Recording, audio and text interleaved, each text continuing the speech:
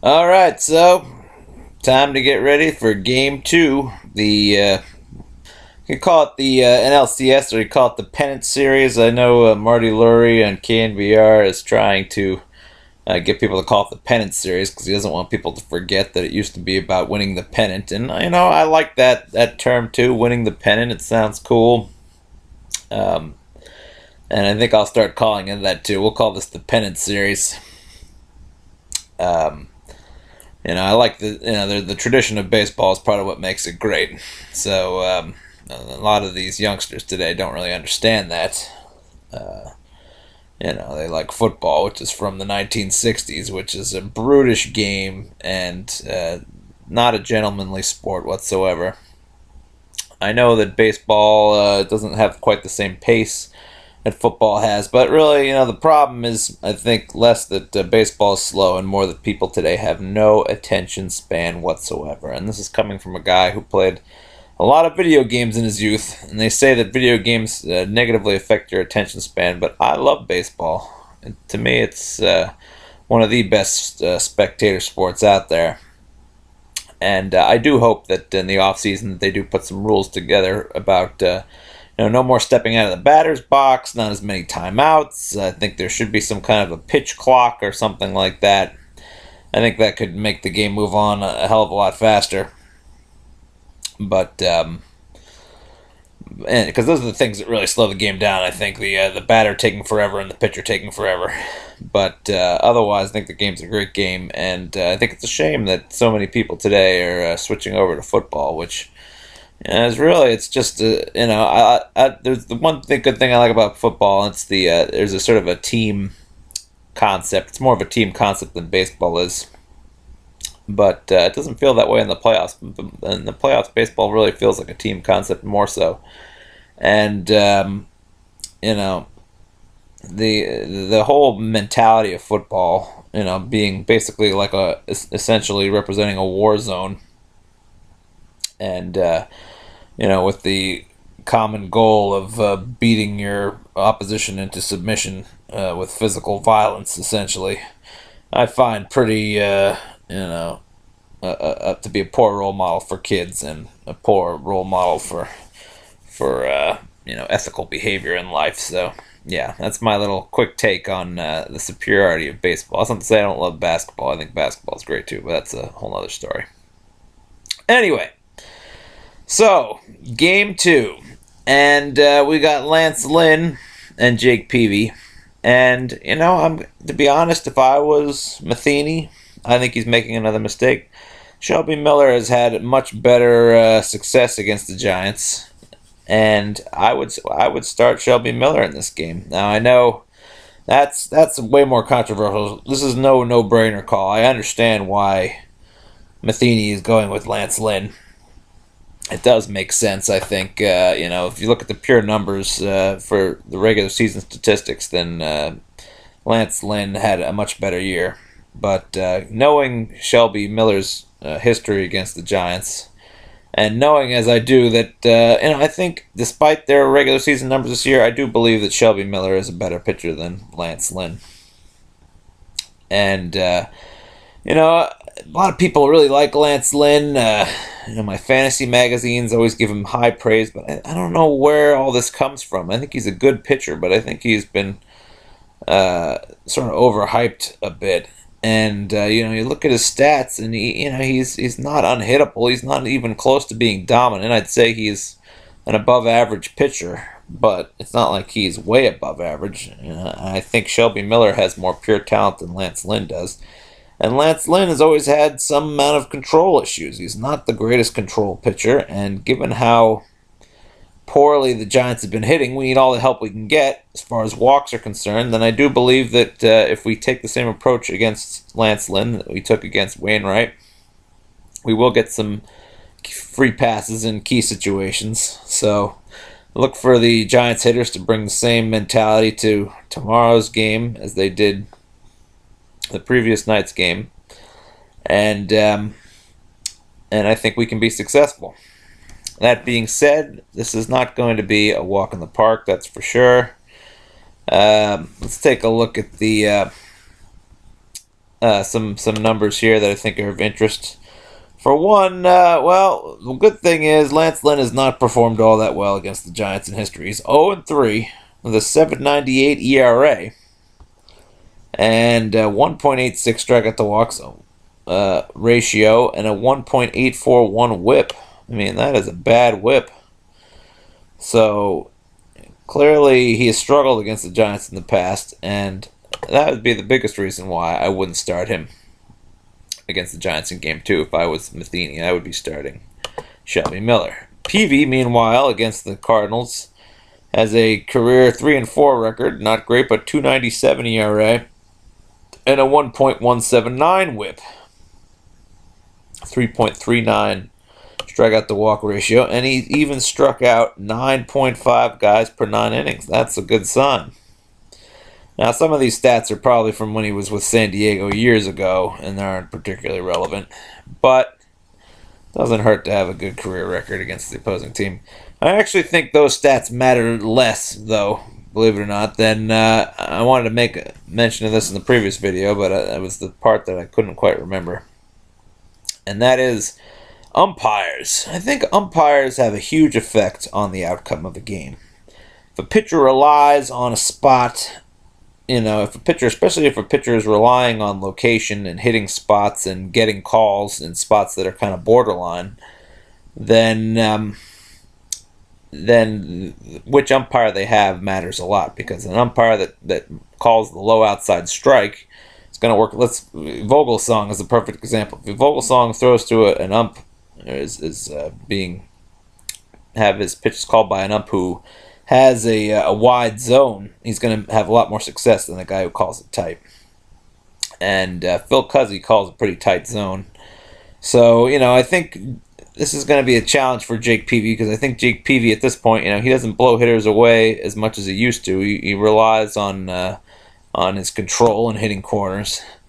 And Lance Lynn doesn't rely on his control as much, and here is the thing that worries me the most about this game. If I looked at every other stat, I'd say, hey, we got a real good shot to win at this. I mean, I think by pure stats, Peavy is actually a better pitcher than Lance Lynn. He holds guys to fewer hits, and he has better control than Lynn over the course of his career. But you look at Phil Cuzzi, who is going to be the plate umpire for Game 2, and Lance Lynn has had a lot of success pitching with Phil Cuzzi as the umpire. He has a 2.60 career ERA with Phil Cuzzi as the umpire. 17.1 innings, so not ridiculously small. 1.212 WHIP, which is kind of in keeping, maybe a little better than Lance Lynn might usually have. 3 strikeout to walk ratio. So it's not like it's overwhelmingly in favor of Lance Lynn. He's done pretty well. I mean, 2.60 ERA with Phil Cuzzi, that's pretty good. It seems like he's only pitched maybe 1 or 2 games, or 2 or 3 games. But what worries me is Peavy's record with Cuzzi as the home plate umpire. With Phil Cuzzi in, he has got this is really bad, wrong stat there, hold on a second. That would be a 6.65 ERA against Phil Cuzzi, and this is not in particularly limited appearances. This is in 23 innings, so that is not exactly making me feel particularly good. Let's see if we can figure out how many games that is. 4 games. 4 games against Cuzzi, and he's compiled a 6.65 ERA. So that makes me nervous. His WHIP is 1.652, which means that Phil Cuzzi may not give Peavy the corners he needs to consistently get strikes. And I think that's a strikeout to walk. Yeah, 2.56 strikeout to walk, which isn't terrible, but it's definitely not that good either. So Phil Cuzzi could be the X factor in this. I also saw a stat on MLB that Peavy hasn't pitched well against the Cardinals in history, and they showed one game from 2005, 2006, which I pretty much ignored because the team is totally different from then. But they also showed a stat from that he pitched against them in the World Series last year. So I checked on that game, and unfortunately, the hitters who beat him in that game were Holiday, Adams, and Yadier Molina, which of course are the same trio he will be facing in this game. He only gave up 2 runs in 4 innings in that World Series game, so it wasn't as if he got totally batted around.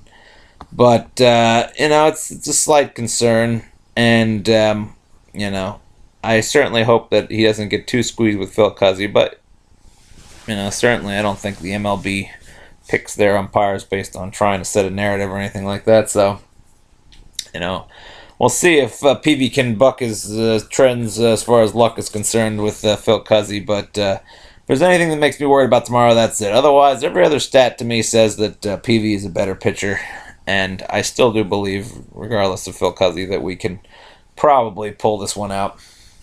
I was going to mention the previous video. I think that Wainwright didn't have as good of a game because Phil Cuzzi calls a tight zone. I think Wainwright a lot of time relies on those corner pitches. So we could see unfortunately, the same kind of thing with Peavy that Wainwright had to deal with yesterday. And if that's the case, this game could go sour. But I'm going to be optimistic and say that's not going to matter that much. Let's see, what else do I have here? I wanted to also talk about, I mentioned how I thought that Matheny made a bad decision bringing in Miguel Gonzalez yesterday. What I forgot about was that the Cardinals bench is truly god-awful. I mean, looking about halfway through the season this year, I thought our bench was as bad as it could possibly get and that you couldn't possibly put a worse bench out there. But now, suddenly, almost complete turnaround, our bench has become decent. And the Cardinals bench, not so much. I mean, we've got Duffy, who's been pretty good off the bench. Hasn't done much in the postseason yet, but shown he can be effective as a pinch hitter. We got Morse, who is our power guy off the bench, which the Cardinals don't even have. And we got Arias. And we've got, let's see, is that our, I feel like I'm forgetting. Susak, who's also shown he can be effective off the bench. So really, I mean, we've got 4 good options there. And, that's pretty exciting to have so many choices coming off the bench. When you look at the Cardinals, I mean, yesterday they bat Tony Cruz, a catcher. Doesn't have a lot of speed, obviously, and he hit 200 on the season, and that was the best they could do in a situation where they desperately needed a hit. Tony Cruz, a guy who hit 200, had a 270 on-base percentage. I mean, that is just god-awful. This guy is not talented. And you look at the rest of their bench, and it's pretty much, I think probably Oscar Taveras is probably the most talented guy on there. I was surprised that we wouldn't have seen him in the game yesterday instead of Tony Cruz. There's another bad call for Matheny. Should have not only should he have pinch hit for Miguel Gonzalez, but when he did eventually pinch hit later in the game, he goes with Tony Cruz, who doesn't have any history of success, it seems like. So that's kind of a head scratcher. And you look at the rest of their lineup. I mean, Oscar Taveras, while he might be the best hitter on their bench because at least he brings some power and speed to the equation, there is very little behind him. We're talking about Peter Borjos, who hit 231 on the year and has been a questionable hitter for a while now. I don't even know if Mark Ellis is on the roster, if he's injured, but he did nothing this year. Normally he would be something of a force, not so much now. Descalso, I think he's probably a better hitter than Tony Cruz also, but hasn't shown too much in the past. And then you've got Pierzynski, who I think is still, again, better than Tony Cruz. It's kind of amazing to me that he would pinch hit Tony Cruz. I mean, he must do well as a pinch hitter or something, because I don't really get it. Shane Robinson, terrible. Pete Kozma, he hit pretty well as a pinch hitter this year, but again, he's never really been much of a force as an offense. So, really, we should consider ourselves lucky that the Cardinals bench is about as underwhelming as it gets. And, again, really, really pleasant surprise how our bench has sort of totally turned the tables as far as going from being a liability to being a major asset at this point. unfortunately for us, we haven't had that many opportunities to use the bench so far. It seems as if things are decided before it gets that far most of the time. And when we have called on the bench, it's mostly been Duffy so far, and he hasn't really done it yet in the postseason. But that's not to say I don't believe he can do it at some point. Wouldn't be surprised to see him get a shot. Of course, I do think Morse is the first guy off the bench that we're going to see as soon as we go to a bench guy. But as of yet, the only bench guy we've gone to is Perez for defense, and that's pretty much it. Okay, so I think that's about it. Done talking about that. We can move on to the matchups. And here are our matchups for the day. These matchups make me feel pretty good, I gotta say. I'm very encouraged. There's some missing data here, though, and that's the one thing that's somewhat concerning. But let's get to it.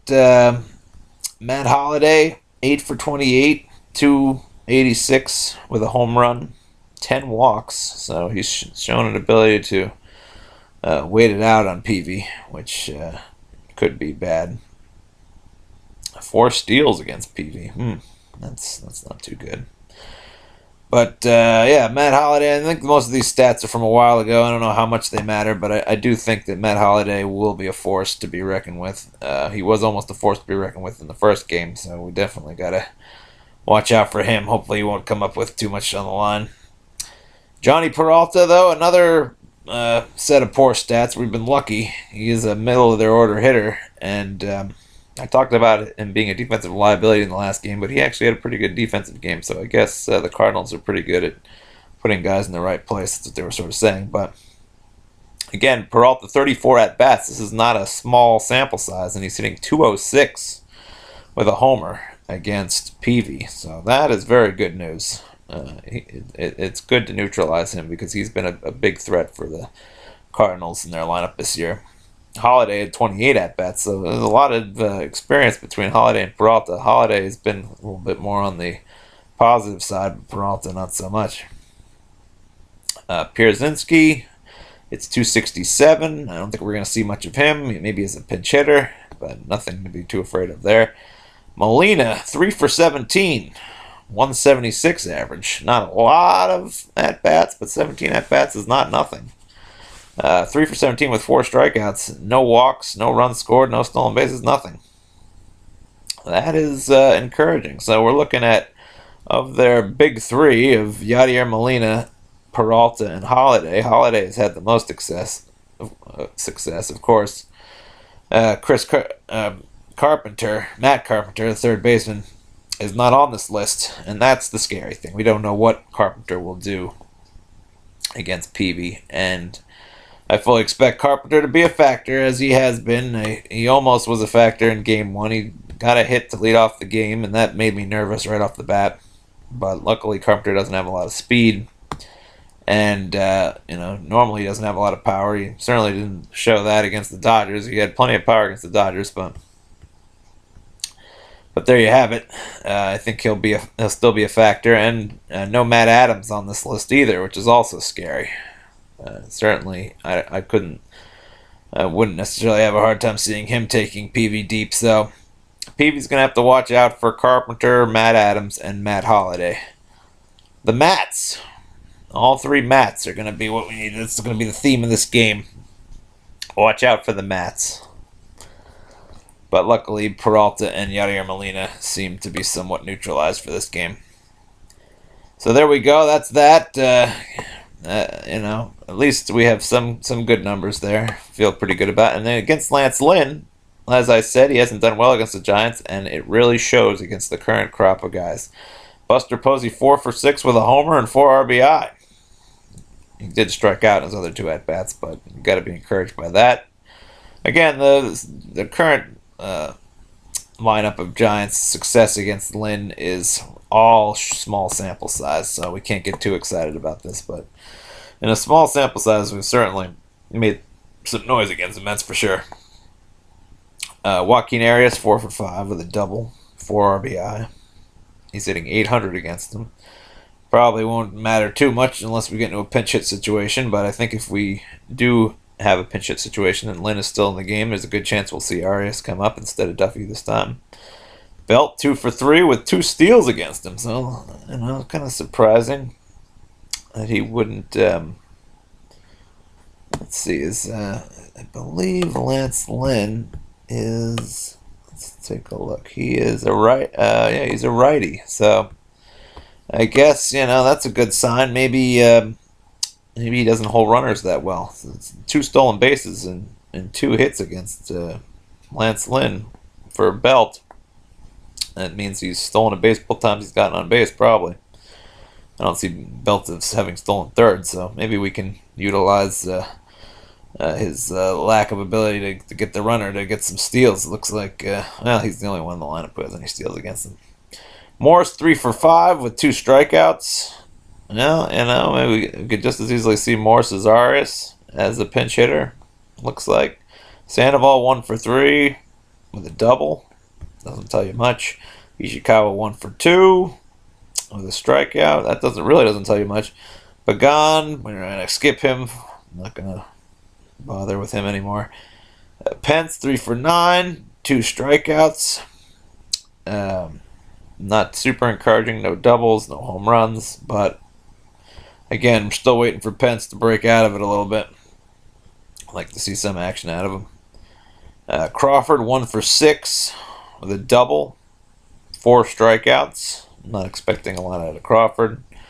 Blanco 0 for 2 with a walk and a strikeout. I think, at least in this game, Blanco will have a shot with Lance Lynn's less than impeccable control to at least get on base once or twice. I don't really expect a hit out of him anymore, but I do expect him to get at least 1 walk in this game. So that's how he can make himself useful. So that's it. There you have it.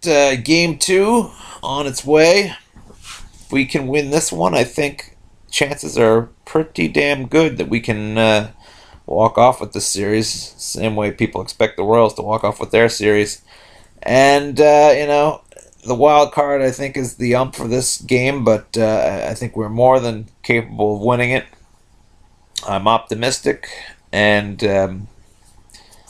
I wouldn't say we're a heavy favorite. I wouldn't even say we're necessarily a favorite at all. I think it's going to be a close game.